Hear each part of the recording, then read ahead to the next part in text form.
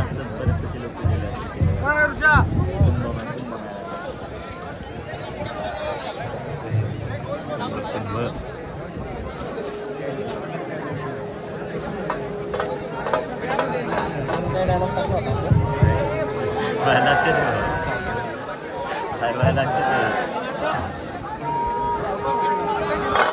सकाळी जायला आणि आता जायचं सगळीच केलं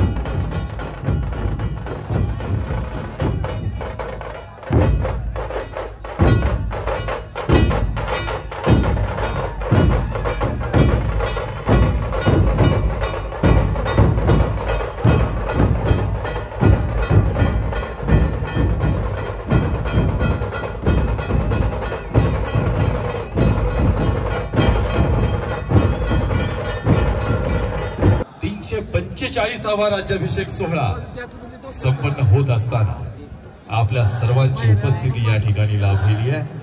त्यामध्ये या भारताच्या स्वातंत्र्य लढ्यामध्ये ज्यांनी आपल्या प्राणांची आहुती दिली, रक्तरंजित क्रांती घडवून आणली आणि या भारत मातेला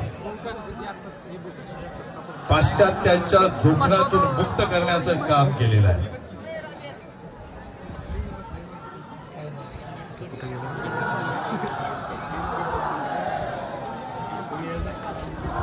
या महाराष्ट्राच्या भूमीमध्ये देखील अशीच नररत्न जन्माला आली आणि ज्यांच्या असीम त्यागातून, असीम बलिदानातून या भारताच्या स्वातंत्र्य लढ्याला एक जीवदान मिळालं। हा भारताचा स्वातंत्र्य लढा कधीही कुठलंही स्वातंत्र्य हे क्रांतीशिवाय होत नसतं आणि त्यातल्या त्यात त्या सशस्त्र क्रांतीशिवाय तर कधीच होत नसतं। कुठलाही देश स्वतंत्र तोपर्यंत राहू शकत नाही जोपर्यंत तो सशस्त्र क्रांती करत नाही। आणि म्हणून हाच धगधगता प्रेरक विचार घेऊन ज्या क्रांतिकारकांनी स्वातंत्र्य लढ्यामध्ये आपला सहभाग नोंदवला, ज्या क्रांतिकारकांनी आपलं स्वातंत्र्य लढ्यामध्ये अमूल्य असं योगदान दिलं, बलिदान दिलं, त्याच क्रांतिकारकांच्या वंशजांच्या शुभ हस्ते आजचा हा राज्याभिषेक सोहळा संपन्न होणार आहे। या मगाशी मी आपल्या सर्वांशी बोलत असताना नक्कीच सांगितलं होतं की या महाराष्ट्राची अस्मिता छत्रपती शिवराय हे केवळ आणि केवळ या महाराष्ट्रासाठी आदर्श नाहीत, तर या अखंड हिंदुस्थानाची स्फूर्ती आणि प्रेरणा म्हणजे छत्रपती शिवराय आहेत। याच शिवरायांना प्रेरणा स्रोत मानत सुभाष बाबूंनी त्यांच्या आझाद हिंद सेनेला मंत्र दिला होता, छत्रपती शिवाजी महाराज की जय। याच शिवाजी राजांना आदर्श मानत स्वातंत्र्यवीर सावरकरांनी जयघोष केला होता आणि तेही म्हणाले होते की हे हिंदू नरसिंहा प्रभू शिवाजी राजा। त्यांची आरती वयाच्या 9व्या वर्षी लिहिणारे स्वातंत्र्यवीर सावरकर छत्रपती शिवरायांना आदर्श मानत क्रांतिसिंह नाना पाटलांनी केलेला जो पराक्रम आहे, क्रांतिसिंह नाना पाटलांच्या बरोबर नागनाथ अण्णा नायकवडी असतील, यांचाही पराक्रम तितकाच थोर, पण या सगळ्यांचेच आदर्श छत्रपती शिवराय।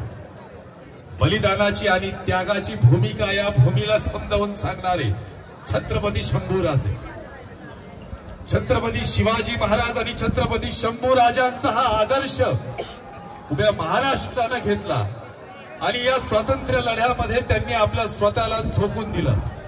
हे झोकून देत असताना या सगळ्या क्रांतिकारकांनी आपल्या प्राणांची आहुती दिलेली आहे। कित्येकांनी तुरुंगवास भोगला, कारावास भोगलेला आहे। जमेल त्या प्रकारे या भारताच्या स्वातंत्र्य लढ्यामध्ये त्यांनी आपलं योगदान देण्याचा प्रयत्न केलाय आणि म्हणूनच ही घराणी मोठी आहेत। या घराण्यांचं काम मोठं आहे, त्यांचं श्रेष्ठत्व हे आज या राज्याभिषेक सोहळ्याच्या निमित्तानं जगापुढे आणण्याचा आमचा प्रयत्न आहे। मग तिथे जेदे घराण्याचा वारसा असेल, तिथे नायकवडी घराण्याचा वारसा असेल, तिथे पाटील घराण्याचा वारसा असेल, या प्रत्येक घरातील वारस आज या ठिकाणी राज्याभिषेक सोहळ्यासाठी उपस्थित आहे। या सोहळ्याचं नयनरम्य असं दृश्य पाहण्यासाठी महाराष्ट्राच्या कानाकोपऱ्यातून आपण सगळेजण उपस्थित झालेला आहात। आपल्या सगळ्यांचंच या वंदनीय भूमीवरती स्वागत आहे। ही भूमी छत्रपती शिवरायांच्या पदस्पर्शाने पुनीत झालेली भूमी आहे। छत्रपती शंभूराजांच्या पराक्रमाने त्यांच्या पदस्पर्शाने पुनीत झालेली ही भूमी आहे आणि या भूमीवरती आपण उभे आहोत याचंही भान आपल्या सगळ्यांना आहे। हे भान असंच जागृत ठेवा, आपल्या पुढच्या पिढीला हा संदेश द्या, आपला राजा किती महान, आपला राजा किती श्रेष्ठ, आपला राजा किती बलिदानी आहे, हे पुढच्या पिढीपर्यंत पोहोचवण्यासाठी तुम्ही या ठिकाणी उपस्थित असणं गरजेचं आहे। आणि म्हणून हा राज्याभिषेक सोहळा, त्या काळी कदाचित आपला कोणी वंशज या ठिकाणी येऊ शकला असेल नसेल, परंतु आज आपण उपस्थित आहोत। या सोहळ्याला आपल्या मागच्या पिढ्यांना सुद्धा पवित्र करण्याचं काम तुम्ही आज या सोहळ्याला उपस्थित राहून करता आहात आणि म्हणून आपल्या मागच्या सगळ्या पिढ्या पावन झाल्या, कारण तुम्ही आज हा राज्याभिषेक सोहळा संपन्न करण्यासाठी इथे उपस्थित झालेला आहात। ही धरती माझ्या राजाची, या राजाने तुमचं आमचं शील राखलं, या राजाने तुमचा आमचा धर्म राखला. आज तुम्ही आणि आम्ही धर्माचे आहोत हे सांगण्यासाठी जर शिल्लक असू तर धर्मवीर संभाजी राजांमुळे आहोत. आणि म्हणून हा धर्माचा इतिहास, हा त्यागाचा इतिहास, हा बलिदानाचा इतिहास तुमच्या आमच्या पुढच्या पिढ्यांपर्यंत घेऊन जाण्यासाठी खरं तर इथून प्रेरणा घेऊन तुम्ही जायचं आहे. आज याच बलिदानाची प्रेरणा घेत या क्रांतिकारकांनी या महाराष्ट्राचं, या भारताचं स्वातंत्र्य पुन्हा आपल्या पदरात टाकलेलं आहे. या स्वातंत्र्याची काळजी करण्याचं काम जर करायचं असेल तर आपल्या सगळ्या पुढच्या पिढ्यांना या बलिदानाच्या कथा सांगितल्या पाहिजेत. या क्रांतिकारकांच्या कथा, त्यांचं चरित्र त्यांच्यापर्यंत मांडलं पाहिजे. आणि म्हणून तुम्ही आज आलात, तुमचं काम इथं थांबलेलं नाही. तुम्ही या मराठी मनगटाची ताकद तुमच्या पुढच्या पिढ्यांपर्यंत पोहोचवण्याचं काम करायचं आहे. आणि ते करण्यासाठी तुम्ही सक्षम आहात, कारण एवढा मोठा रायगड तुम्ही चढून वर आलेला आहात केवळ राजांना अभिवादन करण्यासाठी. आपल्या सगळ्यांचं अभिनंदन. आज या सोहळ्यासाठी ज्या क्रांतिकारकांच्या बलिदानानं या भारताचं स्वातंत्र्य पुनीत झालेलं आहे. हे स्वातंत्र्य असं आपल्याला खैरातीमध्ये मिळालेलं नाही, तर या असंख्य क्रांतिकारकांच्या, ज्ञात आणि अज्ञात क्रांतिकारकांच्या बलिदानातून आपल्याला स्वातंत्र्य मिळालेलं आहे. स्वातंत्र्याचा लढा कोण कसं लढलं यापेक्षा तो सशस्त्र क्रांती कोणी केली याला अधिक महत्व असतं, कारण त्या जरबेवरतीच समोरचा दुश्मन गारद होत असतो. आणि याच क्रांतिकारकांचा वसा आणि वारसा घेऊन वाटचाल करणारी ही परिवार आज इथं उपस्थित आहे. त्या परिवारांचं आगमन इथे झालेलं आहे.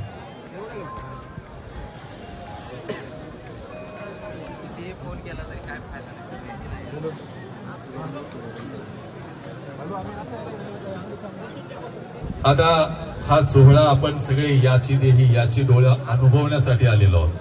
इकडे उजव्या बाजूला जे शंभू भक्त आहेत, मला त्यांना विनंती करायची की आपण समोरच्या बाजूने हा सोहळा बघा. राजांचा दर्शनही आपल्याला होत नाहीये, ना शंभू राजांचं आपल्याला दर्शन होत आहे. कृपया सगळ्यांना मी विनंती करणार आहे की ही जी वेळ आहे, हा जो क्षण आहे, हा क्षण आपल्या नजरेमध्ये साठवून ठेवण्यासाठी तुम्ही आलेला आहात. तर इथं उभं राहून तो सोहळा पाहण्यापेक्षा समोरच्या बाजूने त्या सोहळ्याचा आनंद घ्या. आपण राजांच्या सदरेच्या जवळ किती आहोत यापेक्षा राजे आपल्या हृदयात किती जवळ आहेत हे अधिक महत्वाचं आहे. आणि म्हणून तुम्ही सगळ्यांना विनंती करतो, हट्टवाद करू नका, कारण शिवाजी राजांनी आपल्याला एकाच ठिकाणी लढायला शिकवलंय, ते म्हणजे दुश्मनापुढे आपण आपले आहोत. आणि हा सोहळा आपला आहे, हा अधिक नयनरम्य करण्यासाठी मी विनंती करतोय, सगळ्यांनी पुढच्या बाजूला या. हा सोहळा याची देही याची डोळा अनुभवत असताना या क्रांतिकारकांचे वंशज इथं उपस्थित आहेत. त्यांना जरीपटक्याचा मान दिला जातोय. हा जरीपटका त्यांना चढवल्यानंतर या सगळ्याच मानकऱ्यांना आदबीनं सन्मानानं आपण सदरेवरती घेऊन येणार आहोत. सर्वच मानकरी या ठिकाणी उपस्थित आहेत. भगतसिंगांचे वंशज या ठिकाणी उपस्थित झालेले आहेत. भगतसिंगांचे पुतणे सरदार कुलतार सिंग यांचे चिरंजीव सरदार किरणजीत सिंग खास या राज्याभिषेक सोहळ्यासाठी 2 दिवस अथक प्रवास करून इथपर्यंत पोहोचलेले आहे. छत्रपती शिवाजी राजांवरची असलेली निष्ठा ही भगतसिंग त्यांच्या शब्दात व्यक्त करतात. मेरा रंग दे बसंती चोला म्हणणारे भगतसिंग त्यांच्या त्या गीतामध्ये म्हणतात सुद्धा, जिस चोले को पहन शिवाजी खेले अपनी जान से, जिस चोले को पहन शिवाजी खेले अपनी जान से, उस चोले को पहन के निकला हम मस्तों का टोला, मेरा रंग दे बसंती चोला. ज्या भगतसिंगांनी सुद्धा छत्रपती शिवरायांना आदर्श मानत या स्वातंत्र्याची मुहूर्तमेढ रोवणाऱ्या राजाला सलाम दिला, याच भगतसिंगांच्या वंशातले वंशज सरदार किरणजीत सिंग आज या राज्य सोहळ्यासाठी, राज्यारोहण सोहळ्यासाठी उपस्थित आहे. त्यांच्या समयामध्ये जेव्हा स्वातंत्र्याचा लढा लढला जात होता 23 मार्चला ज्या वीर बलिदानांचं बलिदान झालेलं आहे, भगतसिंग, सुखदेव आणि राजगुरू या महाराष्ट्राच्या मातीतला एक मराठा शिवराम हरी राजगुरू. शिवराम हरी राजगुरू हे खेड, पुण्याजवळचं असलेलं खेड, या खेड मधले राजगुरू.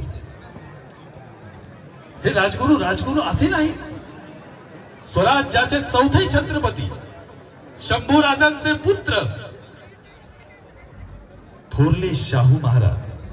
या थोरल्या शाहू महाराजांचं पौराहित्य किंवा त्यांचा राजज्योतिषी किंवा राजगुरू म्हणून ज्यांना सन्मान मिळाला आणि म्हणून त्या ब्रह्मे घराण्याला राजगुरू म्हणून संबोधलं गेलं, त्या राजगुरू घराण्यातले शिवराम हरी राजगुरू. या स्वातंत्र्याच्या चळवळीमध्ये जेव्हा क्रांती करण्याची वेळ आली त्यावेळी त्या क्रांतिकारकांमध्ये हे नाव इतिहासाच्या पानावरती स्वर्ण अक्षरांनी नोंदवलं गेलेलं आहे. त्या घराण्याचे वंशजही या ठिकाणी उपस्थित आहेत. त्यांचे नातू सत्यशील राजगुरू या ठिकाणी उपस्थित झालेले आहेत.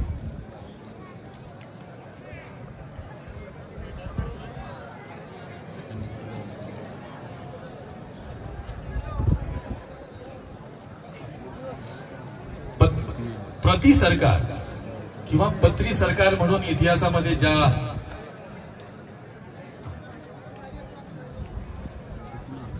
प्रति सरकार किंवा पत्री सरकार असा उल्लेख ज्यांच्या क्रांतीला दिला जातो ते क्रांतिसिंह नाना पाटील. नाना पाटलांचा जो इतिहास आहे तो अत्यंत रंजक, त्याचप्रमाणे प्रचंड ज्या इंग्रजी सत्तेला उलथवून लावण्यासाठी केलेले प्रयत्न आहेत त्या प्रयत्नांसाठी क्रांतिसिंह नाना पाटलांनी आपलं योगदान दिलं. त्यांच्याही पुढे जाऊन त्यांच्या पुत्रांनी अर्थात क्रांतीवीर भगवानराव पाटलांनी देखील तोच क्रांतिकारकांचा विचार पुढे नेला. त्यांच्या सुविद्य पत्नी क्रांतीवीरांगना हौसाबाई पाटील यांनी सुद्धा या स्वातंत्र्य कार्यामध्ये सहभाग नोंदवलेला. या घराण्याला क्रांतिकारकांची परंपरा आहे आणि त्यांच्याच विचारांना पुढे घेऊन जाणारे त्यांचे सुपुत्र ऍडव्होकेट भाई सुभाष भगवानराव पाटील, ज्यांना अण्णा म्हणून आपण आदरानं सगळे ओळखतो. अण्णांची सुद्धा उपस्थिती आहे आज या कार्यक्रमासाठी आहे. गोवा मुक्ती संग्राम भारताला स्वातंत्र्य मिळून झालेलं होतं, परंतु अजूनही पोर्तुगीजांच्या ताब्यात असलेला गोवा आपल्या हातात आलेला नव्हता. त्याच्यासाठी म्हणून एक सशस्त्र क्रांती करण्याचं ठरलं.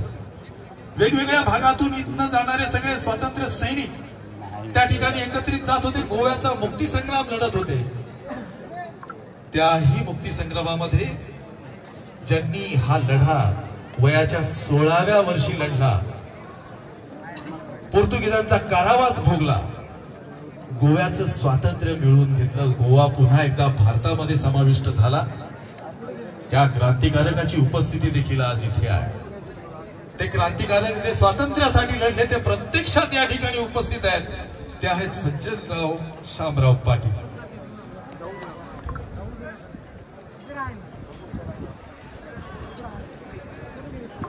ज्या क्रांतिकारकांच्या लढ्यासाठी प्रेरणा म्हणून ठरणे गरजेचं होतं, त्यावेळी सार्वजनिक स्तरावरती गणेश उत्सवाची निर्मिती किंवा गणेश उत्सवाचा जो शुभ कार्यक्रम आहे तो सुरू करण्याचं जेव्हा ठरलं तेव्हा या पुण्याच्या पार्श्वभूमीवरती भाऊसाहेब रंगारींनी त्याची सुरुवात केली. या भारताच्या स्वातंत्र्याला सामाजिक भान मिळावं, देवांचे आशीर्वाद मिळावेत ही भावना ठेवून घरात असलेला गणपती सार्वजनिकरित्या सगळ्यात समवेत साजरा करावा असा उत्सव ज्यांनी सुरू केला ते श्रीमंत भाऊसाहेब रंगारी यांचे वंशजही या निमित्तानं आज इथे उपस्थित आहे. मगाशी मी सांगितलं क्रांतिसिंह नाना पाटलांबरोबर ज्या क्रांतिकारकांचं नाव अत्यंत आदरानं घेतलं जातं त्या क्रांतिकारकांमध्ये एक अत्यंत उच्च असं नाव अर्थात नागनाथ अण्णा नायगवडी. नागनाथ अण्णा नायगवडींचे नातू या ठिकाणी आज राज्याभिषेक सोहळ्यासाठी उपस्थित आहे.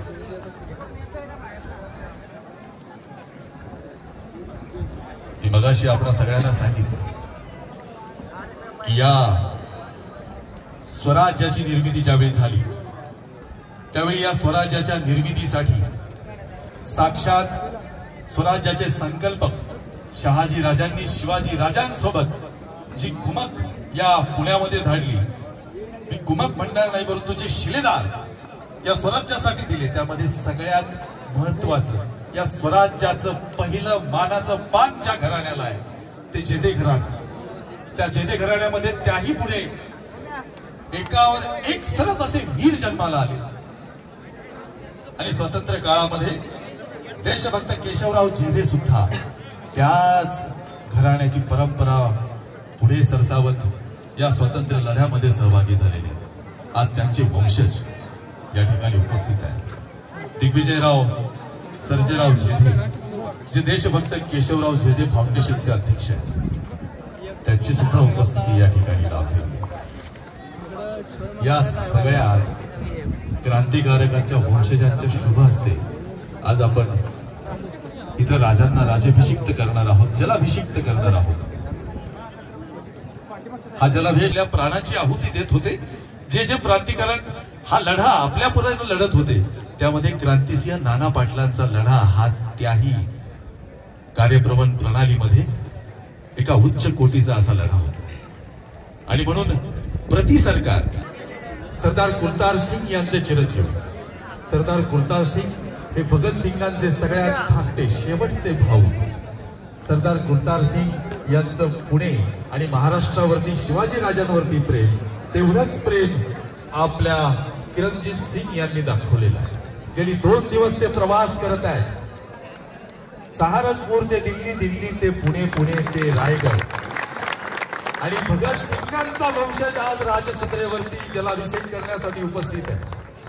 व्यवसायाने ऍडव्होकेट आणि त्याचबरोबर शेती तज्ञ म्हणून एक ऍग्रिकल्चरिस्ट म्हणून ते कार्यरत असताना जवळपास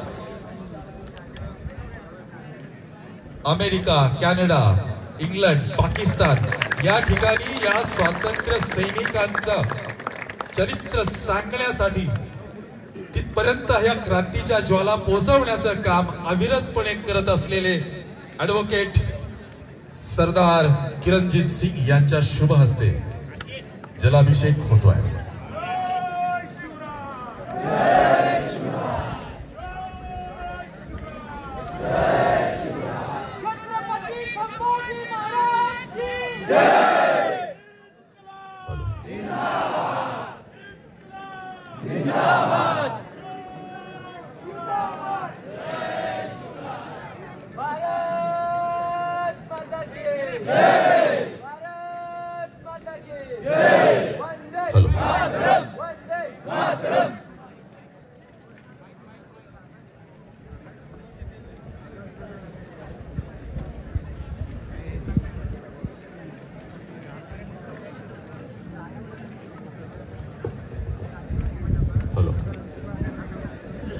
इन्क्लाब इन्क्लाब तर हा नारा आहे ज्या नाऱ्यावरती स्वातंत्र्याची मुहूर्तमेढ रवली गेली.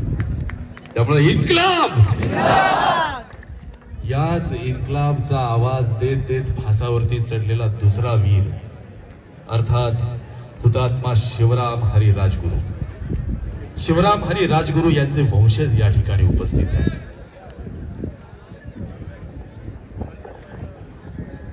हुतात्मा शिवराम हरी राजगुरू राष्ट्रीय स्मारक समितीचे अध्यक्ष सत्यशील कमलाकर राजगुरू. हुतात्मा शिवराम हरी राजगुरू यांचे राष्ट्रीय स्मारक व्हावे म्हणून गेली कित्येक वर्षे त्यांनी पाठपुरावा केला आणि आज त्याला ते यश प्राप्त झालेलं आहे. महाराष्ट्र राज्याच्या माध्यमातून तिथे राष्ट्रीय स्मारक त्यांच्या जन्मस्थळी उभं करण्याचं भाग्य या निमित्तानं लाभते. गेली 40 वर्षे ते मेकॅनिकल इंजिनियर म्हणून ऑटोमोबाईल क्षेत्रामध्ये कार्यरत असताना पुण्याजवळच्या खेडमध्ये असलेलं त्यांचं जन्मगाव, त्या जन्मगावामध्ये आज राष्ट्रीय स्मारक यांच्या प्रयत्नात उभं राहत आहे. मी सत्यशील कमलाकर राजगुरू यांना विनंती करतो आपण स्वामींना जलाभिषिक्त करावं.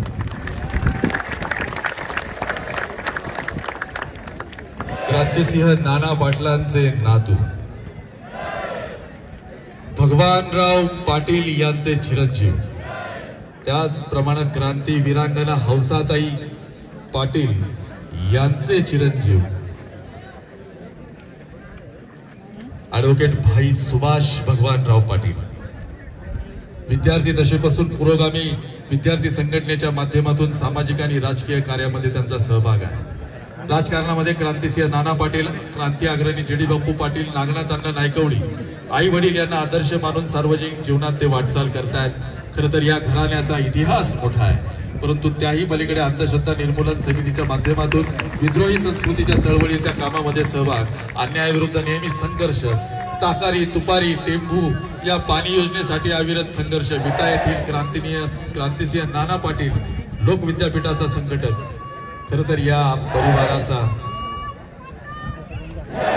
भारताला ज्या थोर विभूतींनी आपल्या रक्तानं रंजित असलेल्या पराक्रमानं पावन केलं, त्यांच्या कुटुंबियातील या वंशजांच्या हातून राज्याभिषेक होत असताना समितीला अभिमान वाटतो.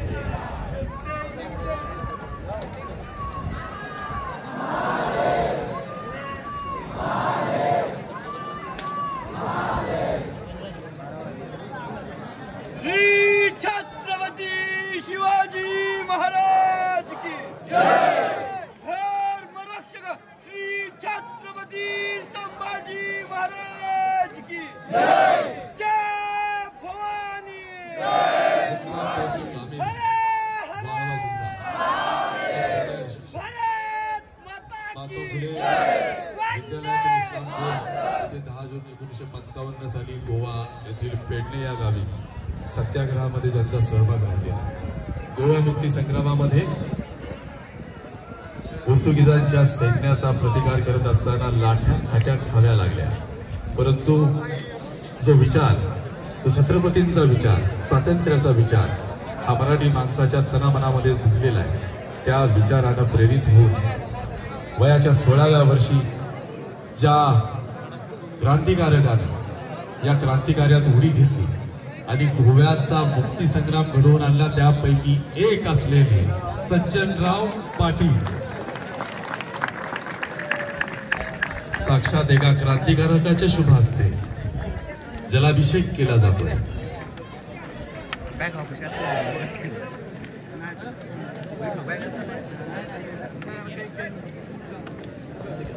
आद्य संस्थापक श्रीमंत सार्वजनिक गणेशोत्सवाचे आद्य संस्थापक श्रीमंत भाऊसाहेब रंगारी उर्फ भाऊ लक्ष्मण जावळे, सशस्त्र क्रांतिकारक म्हणून ज्यांची